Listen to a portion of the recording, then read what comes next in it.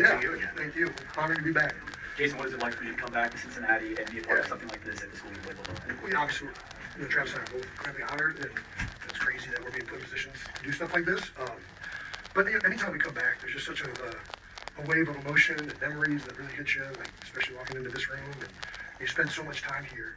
And as a student athlete, you're so invested into the football program, the university. You're here nonstop, and it's such a big part of anybody's career or life that whenever you come back, it definitely hits you full force.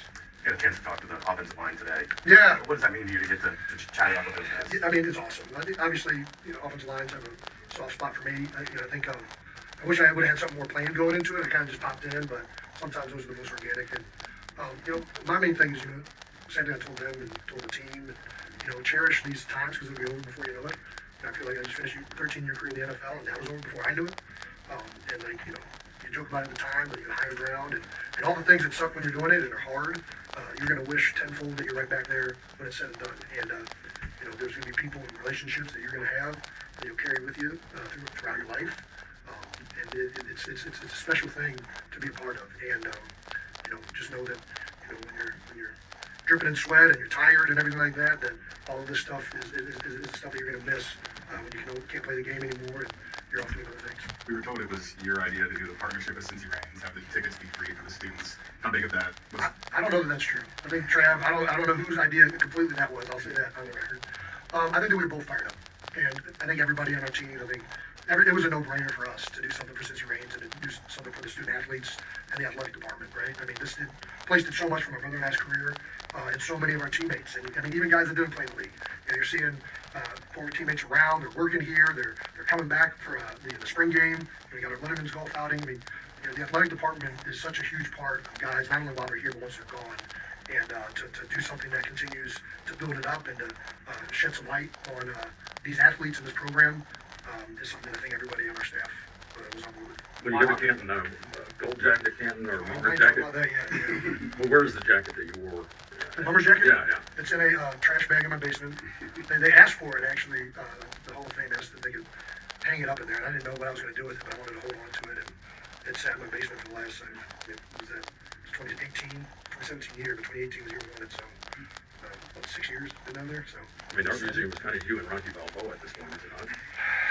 I don't know. There's been a lot of unbelievable teammates, and Fletcher. I retired with one of the top defensive tackles in my time in Philadelphia, Fletcher Cox, and we were there every step of the way, pretty much together. Philadelphia has such an unbelievable culture, and sports culture in general, and they love all of the players that do it right. And I think I've been fortunate to have my whole career in one spot and really connect with the fan base. But they celebrate all the guys that wear their heart on their sleeve and play the game the way it's supposed to be played and represent the city the way it demands it's represented. John Wright, I mean, there's so many guys, Eagles, Phillies, Flyers. It's a great city to do that in, and they'll take care of you for the rest of your life. So, there's a lot more guys on that list in my book. From walk-on linebacker to one of the best centers to ever play, when you come back here, does it reinforce just how remarkable your story is? I don't know. I mean, it doesn't reinforce it, but it especially coming back this week, I haven't seen Paul Longo in forever, but he was such an instrumental person. I mean, he was the guy who really saw me as an offensive lineman.